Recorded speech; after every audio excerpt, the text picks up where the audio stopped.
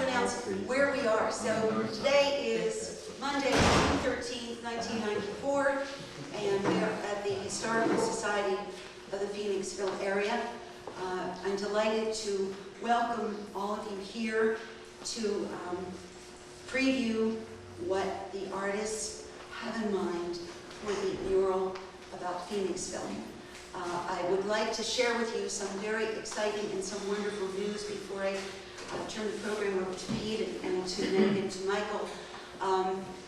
We were informed by the Chester County, Pennsylvania Council on the Arts that we are to be the recipients of a grant.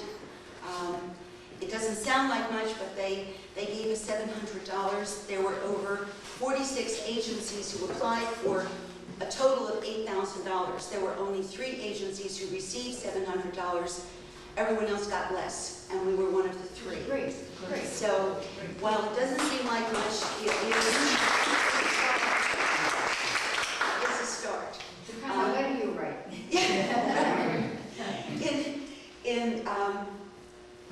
At the end of last week, we also heard from the National Endowment for the Arts, and they informed us that we are one of 46 out of 162 applicants who are eligible to receive a grant from them as well.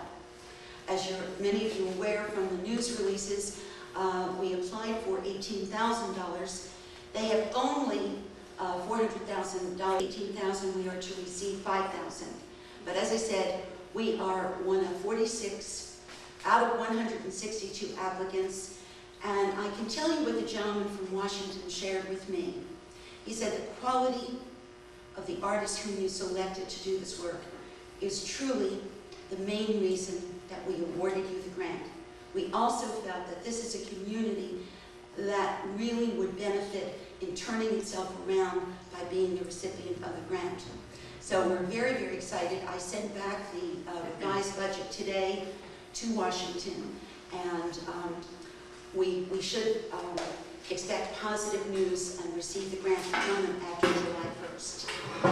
We're very, very grateful to the Historical Society for helping to support and get behind us. Petco and the Phoenixville Renaissance have been working very diligently.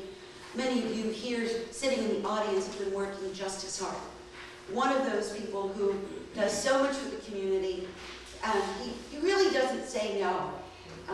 Pete Bamberger, who is a very dear friend of mine from Kiwanis, who headed up the library efforts, as you know so ably, has agreed to be our liaison with the artists and the board of directors of the Historical Society for the Phoenixville area, as has Joanne Brown as well. And of course, Lois, you're invaluable to all of our efforts. And so, without further ado, I would like to turn the program over to Pete, who has done such a good job of conducting this last time. Thank you.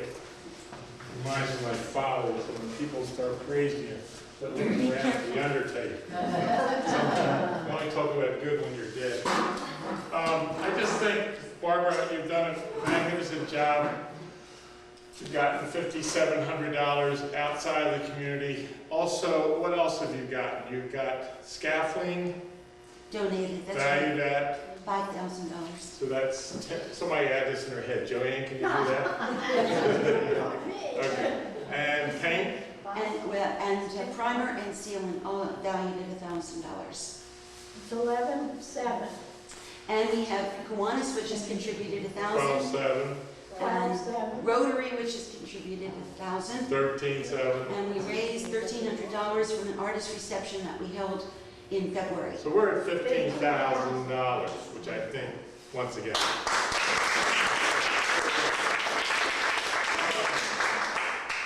And I know that, and I'm holding you all back so you won't show us because I'm going to build this thing a little bit, okay? Welcome. I really think that this is also an excellent idea. And I just gave my wife 5 of these. 4 of them will go to my children, and they will send back $50. Either that, I'll take it out of their inheritance. I'll get it from them. But anyway, I think it's an excellent idea. And I've heard nothing but positives from people not connected with the Historical Society.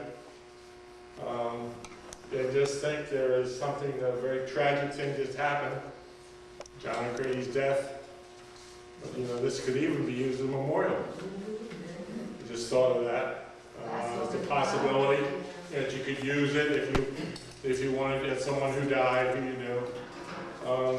The other thing that I think that the Historical Society will be asked to have some input is that it needs a name.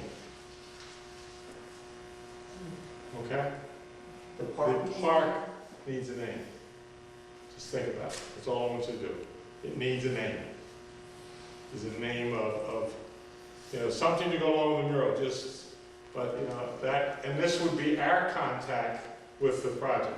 In other words, this needs a name.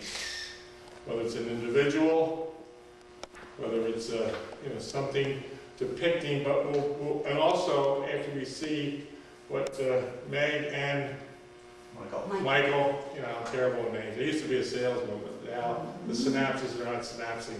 If I may interrupt you for a moment, the Renaissance Committee an hour ago, by consensus, decided that Tom Carnival, who is an active member of the Renaissance group, came up with the idea of Renaissance Park.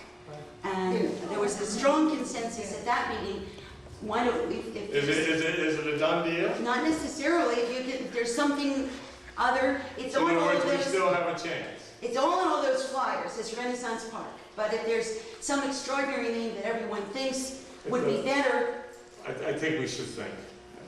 You know, there is, Renaissance is a nice generic term, but I think we should think. I think we need to see what Meg and Mike show us, because I think it has to tie together. Other than that, I think that's basically where we are, that we've raised $15,000 either from outside the community and from donation.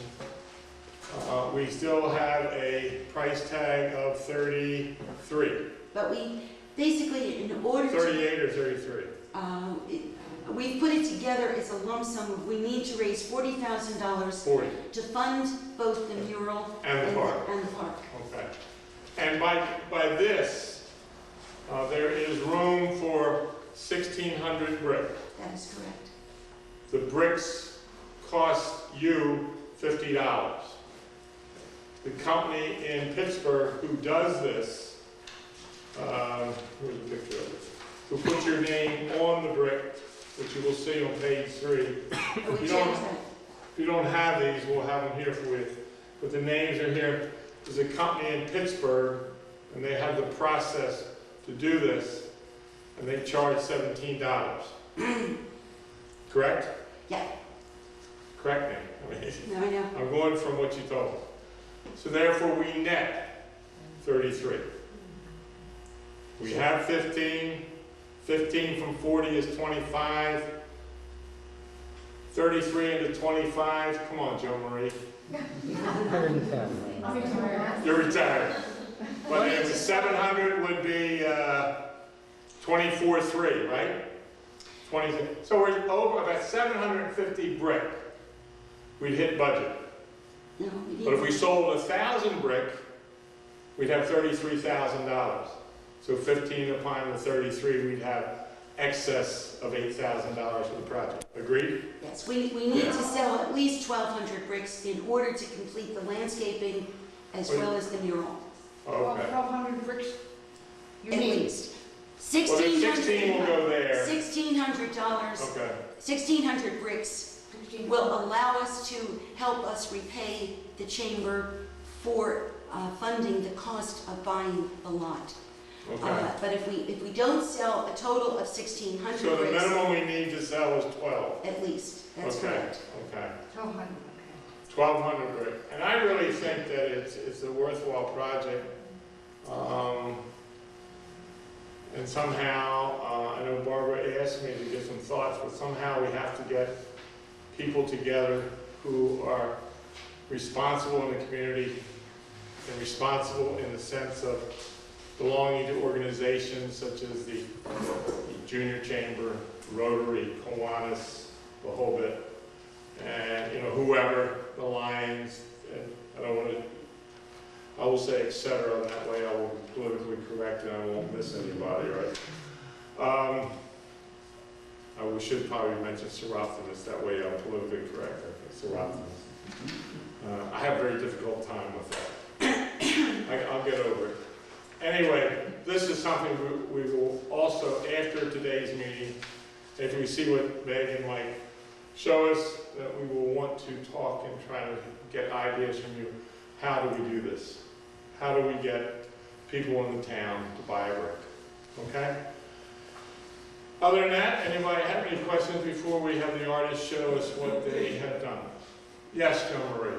Is there any reason we're not using Meccaboy brick as part of our community? The source of I plan to contact them this week to see if it's possible to get the bricks from them.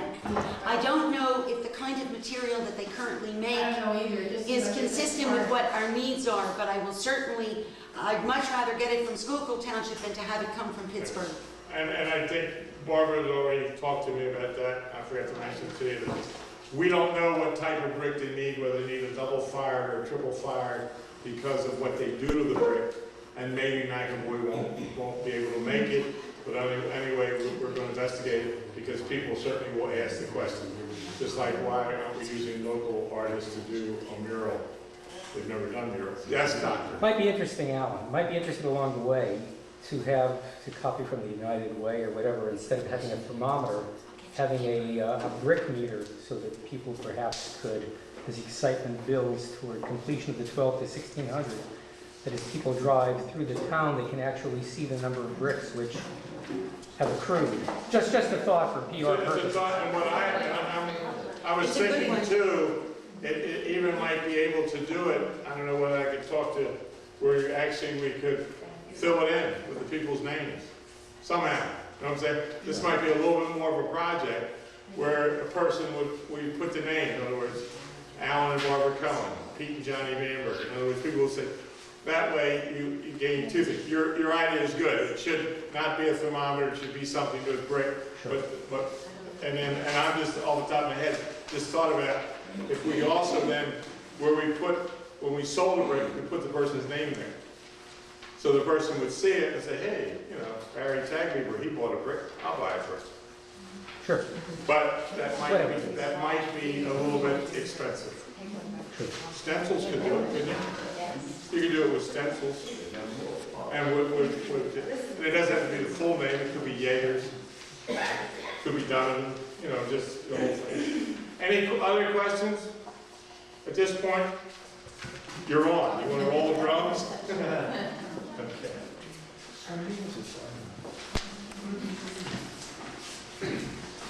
What we have to show you is a drawing of this project in progress. And we have a Xerox enlargement so that everyone can see it. And then after we've spoken about it, we'll have the actual, the direct drawing, which is a little bit smaller here. And you can take a look at it. I think without any real explanation, I just want to show it to you. And then I'll tell you the logic behind it.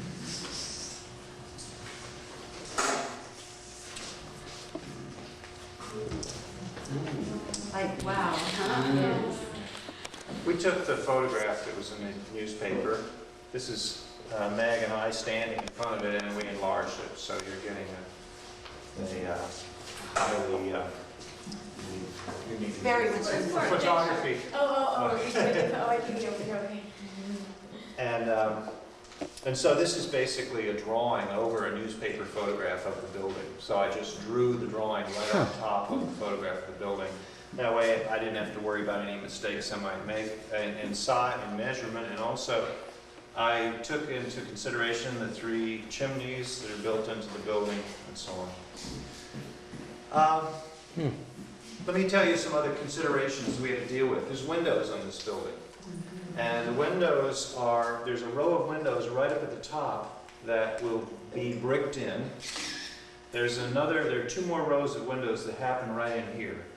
And we had to find a way to deal with those windows. And you're going to be able to see the windows, especially at night. If somebody has the lights on inside the room, there's going to be a disturbance in this open image, right, in this open area right here.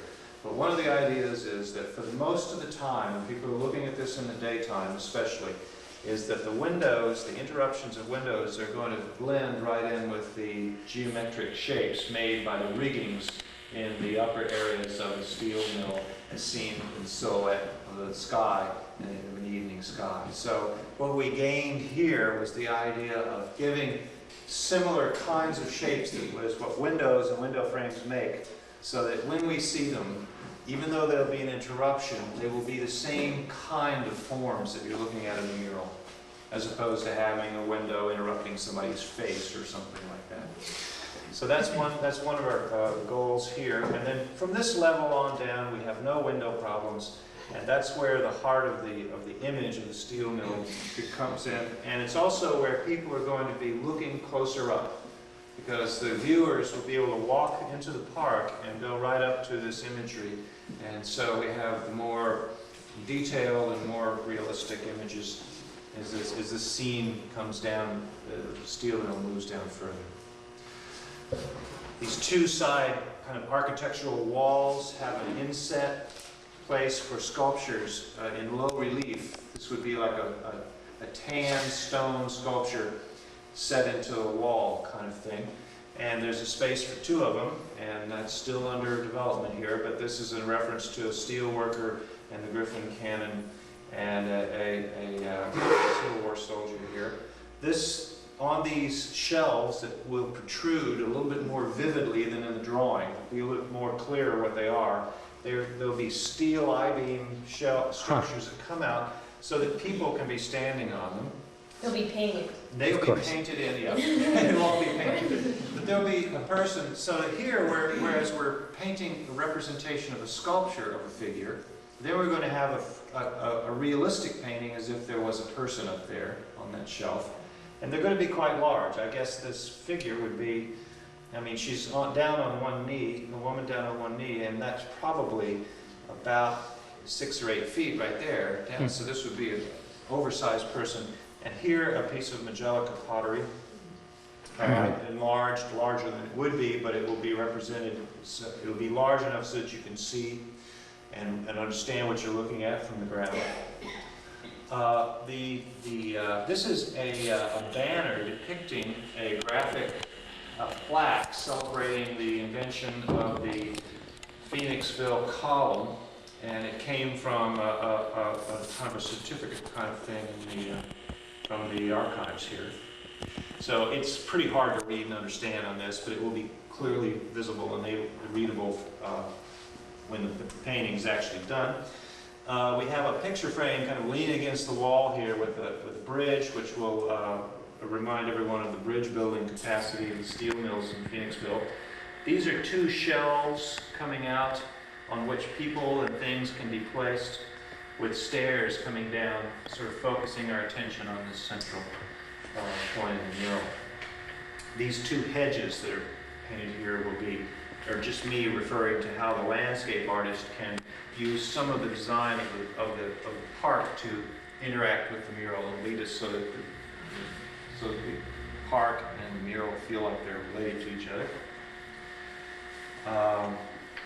The figures here are, it's hard to tell in this drawing, but we do have more detailed sketches, but we made them so that they were different representations of time, and I think the figures help give that bustling feeling, that alive feeling to the mural. But like, for instance, this woman right here is dressed in a nurse's uniform from the war, and they have sort of historical clothes on that we tried to find when we were searching through in activities, or if they are actually working, they would be in work clothes, etc., so that they would also have some sort of meaning by what they were wearing and what they would do. So they don't really, they represent different areas of time. They're not involved in any type of activity or anything. No, well, it's sort of, Go Go ahead. ahead. It's a gathering. And the idea, I think the notion too is that it's an alive place, that there are people here, that they're doing things, that it's, you know, whether they're looking down on some other action or passing things or hanging banners, It expresses community and family involvement, and they're holding up these two big banner flag type things, just as these people are stringing up this banner here.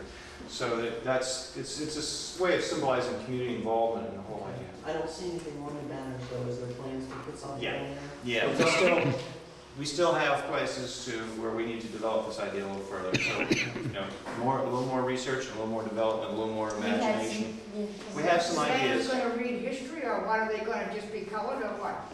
No, they're No, going to they're- have images. They're going to be historical images. They're going to refer, in other words, the banner is a visual device to display another piece of information. Okay. Yep. Okay. Rather than just They're having blank things right now. floating in the air, yeah. Will this be fluorescent at all, so it can be seen at nighttime? The mural is going to, there's plans to light the mural at night. And there's lots of different ideas about how we can do that. And it's a technical problem. It's, you know, about how you want to light a building. But we're talking again to the designer of the park about possibilities for lighting. Well, there's all kinds of things. You can have things in the ground that throw light up on the wall. You can light some of the park. You can have lights in the park so that when you're in the park, you're not in a dark place, and have the same light fixtures light the mural. You can hang fixtures out over the roof and light downward. There's 3 or 4 ways you can do it, and you can also use lighting to change the mood of the mural at night. So, for example, lighting could spotlight certain areas so that the mural actually took on a different kind of emphasis of certain elements in the dark, which might be kind of nice because it would be a different kind of experience from day to night instead of just lighting it up like a billboard. So that's a good question, and that's part of the design process that we're still working on. Yes. I think it's a wonderful idea, but will it do anything to help Sam Harris sell another pair of overalls? Certainly not. When you come in to town, I don't know who Sam Harris is, but I know you went right over him. That's the second store up. Oh, is Second it? store up is the Sam After Harris. Fazini's. Next to the It's actually a woman's store now. Ellie's Choice, Ellie's Choice. It used to be Harris Department Store. where everybody went and got their work clothes. Well, I'm a little behind the times. That's right. We all know exactly what you mean. it sort of gives me the feeling like we ought to get to work and get going here. No place there where there will be a word story to tell them what this is, or we'll just have to speak from the wall. It's an option. Yeah, it's one of those things that that's an issue that really you all have to decide on to some extent. There's no reason why there can't be a place incorporated in the mural on the wall, like a plaque that tells a Would story. you just say behind you on that side Yeah. was Phoenixville? Sometimes it's better to seduce the eye and the imagination and let people find out about Phoenixville in other ways so that this becomes a combined experience. And I think I have no... Like, I'm not talking about a complete description of everything you've done, just some word picture to say, why is this here? It depicts, Right. you know. That's Maybe I probably can something that answer your community has to. One of the uses that we are focusing on for the Foundry Building, I've had discussions with Paula Daddario, who is Executive Director of the Chester County Tourist Bureau, which is located in Longwood Gardens. We are lobbying, I guess I should say I am lobbying, for a branch of the Chester County Tourist Bureau, not just to be in northern Chester County, but to be in the Foundry Building itself. The consultants working with the Schuylkill Heritage Corridor folks have identified Phoenixville and the Foundry Building as a very excellent place for interpretation of the iron and steel story along the Schuylkill Heritage Park corridor. So you would get the coal story up in Pottsville, you get the railroad story in Reading, you would get the iron and steel story in Phoenixville. It would lead you to Hopewell Village and to Valley Forge, which are part of that story, but the 18th century. The Foundry could also be the place where you would pick up a brochure which helps to lead you into the historic district and the shopping district besides. So that could Walking tour. a walking tour, so it would help interpret the mural, lead you to the Historical Society, lead you to other buildings, and you'd find your souvenir t-shirt to take home at Ellie's Choice, which is where Harris's used to be. Barbara, since you brought it up, what is the story? And I'll take it from Mike and Meg on the Foundry. There are intense negotiations going on in various ways. I don't have anything specific to report this evening. Suffice it to say that it is at the top of my list of priorities, and PEDCO's as well. Still very positive? Yes. Okay, very good. We have to be sure, Barbara, that there absolutely no parking from there down to David Freeze's house on that side of the road. That's an excellent There's a taxi point. stand now, there's a thing that says 2 taxis. People pull in there all the time, I have pulled in, stuff like that. Yes. Nothing. What I just learned is that we had to go to the Planning Commission with it, which I didn't know until yesterday. With this? Not with this, but with the landscape.